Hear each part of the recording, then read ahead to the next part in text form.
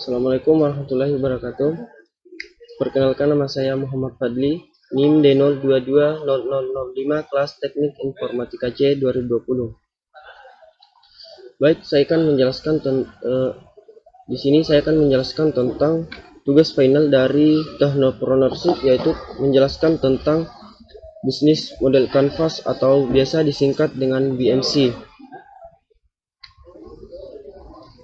Sebelum saya menjelaskan tentang apa itu BMC, terlebih dahulu saya akan menjelaskan tentang apa itu Technopreneurship. Technopreneurship diambil dari dua kata, yaitu teknologi dan entrepreneurship atau kewirausahaan. Teknologi adalah seluruh sarana untuk menyediakan barang-barang yang dibutuhkan untuk kelangsungan dan kenyamanan hidup manusia, atau sebuah alat atau sarana untuk memasarkan barang, baik itu berupa pakaian, minuman, dan makanan, dan lain-lain. Sedangkan untuk entrepreneurship atau kewirausahaan adalah proses atau kegiatan, kreativitas, dan inovasi untuk menciptakan sebuah perubahan dengan memanfaatkan peluang dan sumber-sumber yang ada untuk menghasilkan nilai tambah bagi diri sendiri dan orang lain, serta dapat memenangkan persaingan. Adapun bisnis menurut masyarakat dan seorang mahasiswa yaitu sangat berbeda, yang dimana masyarakat itu hanya memikirkan hasil dari bisnis tersebut tanpa memerhatikan proses yang ada pada bisnis. Sedangkan untuk mahasiswa itu lebih teliti dari masyarakat, yaitu memerhatikan tentang prosesnya, yaitu prosesnya itu ada tiga, yaitu strategi yang dimiliki oleh seorang wirausaha, key-nya atau kunci, ciri-ciri dari usaha yang sukses. Adapun dari prosesnya itu BMC atau bisnis model canvas. Dari bisnis tersebut terbagi dari aktivitas itu mengacu pada main terbagi menjadi tiga, yaitu kembang, state, dan model. Baik, langsung saja di mana bisnis model canvas memiliki pengertian, yaitu suatu strategi atau manajemen yang digunakan untuk merancang perencanaan bisnis perusahaan yang berdasarkan proposisi nilai perusahaan, produk, infrastruktur, pelanggan, dan keuangan. Pertama kali diciptakan oleh Alexander Osterwalder pada tahun 2005. Bisnis model canvas menjadi salah satu strategi manajemen yang populer di kalangan bisnis atau sering dipelajari di universitas atau di kalangan mahasiswa. Kepopuleran tersebut dikarenakan tampilan bisnis model canvas yang sederhana dan mudah dipahami. Adapun tujuan dari BMC yaitu bisnis model canvas, yaitu bertujuan untuk membantu perusahaan merancang perencanaan proses bisnis dan menetapkan serta memvalidasi poin penting dalam bisnis seperti sumber daya, aktivitas, hubungan yang akan dijalin dengan pihak yang terkait, pendapatan, hingga pengeluaran yang harus dikeluarkan.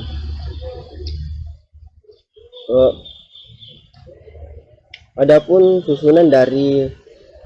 komponen-komponen dari BMC, yang pertama itu keunggulan produk, kedua yaitu segmen pasar, ketiga saluran channel yang digunakan, keempat hubungan antar pelanggan atau hubungan yang akan dijalin kepada pelanggan, kelima aktivitas kunci, keenam sumber daya kunci, ketujuh mitra kunci, kedelapan pendapatan, dan kesembilan yaitu biaya. Dimana pada keunggulan produk memiliki pengertian, yaitu nilai yang diposisikan perusahaan untuk calon customer. Nilai tersebut mencakup produk atau jasa serta bagaimana perusahaan ingin dilihat oleh calon customer. Yang kedua yaitu segmen pasar atau customer segment, yaitu customer menjadi salah satu komponen penting dari customer suatu perusahaan. akan mendapat icon. Perusahaan dapat mengisi blok ini dengan segmentasi customer, seperti apa yang mereka incar sesuai dengan value proposition. Ketiga yaitu saluran channel atau channel. Setiap perusahaan memerlukan sarana atau cara untuk menyampaikan jasa atau produk mereka kepada customer. Channel merupakan sarana atau cara untuk menyampaikan jasa atau produk kepada customer sesuai segmen yang ditentukan sebelumnya. Yang keempat yaitu hubungan pelanggan atau customer relationship.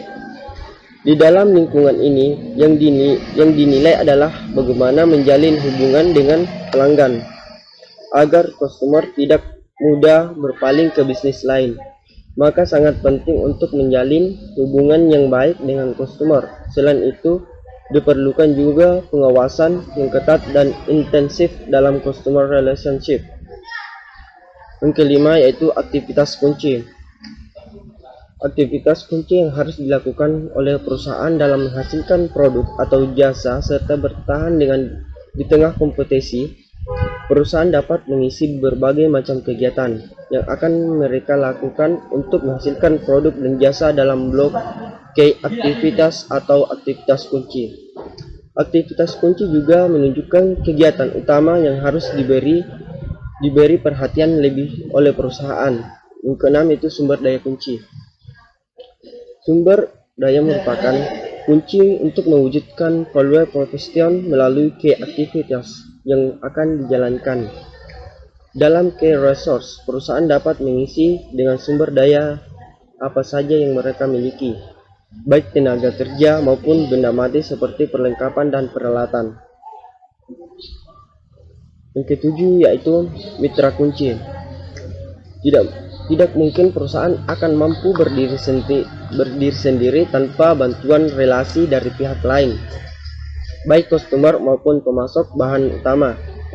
Untuk memperlancar relasi yang terjaga dengan baik, perancangan bagaimana relasi akan berjalan ketika eksekusi bisnis. Yang ke-8 yaitu pendapatan atau revenue stream. Selain kegiatan penting telah dijabarkan dalam key aktivitas, perusahaan harus menentukan bagaimana mereka akan mendapatkan profit atau keuntungan dari key aktivitas yang akan berjalan berdasarkan value proposition. Revenue stream menjelaskan bagaimana perusahaan mendapatkan keuntungan ketika bisnis telah dieksekusi. Yang ke-9 yaitu biaya.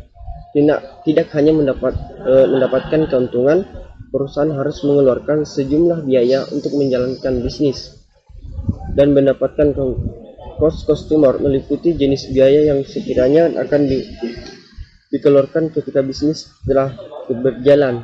Contohnya biaya tersebut antara lain biaya sewa tempat, internet, listrik, dan sebagainya. Adapun bisnis model canvas yang saya gunakan yaitu tentang sebuah usaha yaitu pisang nugget, dimana itu keunggulan produknya itu pisang segar, gurih, hangat, dan manis. Yang kedua itu segmen pasar yang saya gunakan yaitu masyarakat umum dan semua jenis kalangan atau jenis kelamin. Yang ketiga yaitu saluran channel yang saya gunakan yaitu berupa dua yaitu story WA dan FB, driver online, dan halaman Instagram. Dan yang keempat yaitu manual.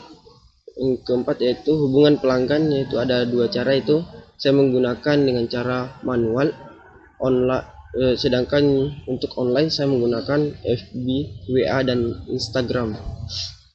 Dan yang kelima itu aktivitas kunci yang saya gunakan yaitu terdapat 3 yaitu penyediaan bahan, penyediaan bumbu, pemasaran online maupun offline. Yang keenam yaitu sumber daya kunci.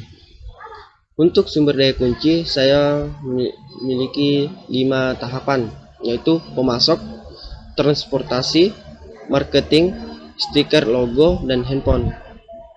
Untuk ketujuh itu mitra kunci, saya memiliki 3 yaitu driver online, JNT, datang langsung ke toko. Untuk yang ketujuh itu mitra kunci, itu ada 3, yaitu driver online. Saya memakai jasa JNT dan ataupun datang langsung ke toko offline atau secara offline. Yang ke-8 yaitu pendapatan yaitu keuntungan maksimal. Sedangkan untuk yang ke-9 yaitu biaya, saya memiliki 4, yaitu biaya pembeli bahan, biaya pembeli alat, biaya karyawan atau biaya driver, dan biaya karyawan dan biaya driver. Baik, itulah penjelasan dari saya tentang bisnis model kanvas. Jika ada kesalahan mohon dimaklumi. Saya akhiri dengan ucapan Assalamualaikum warahmatullahi wabarakatuh.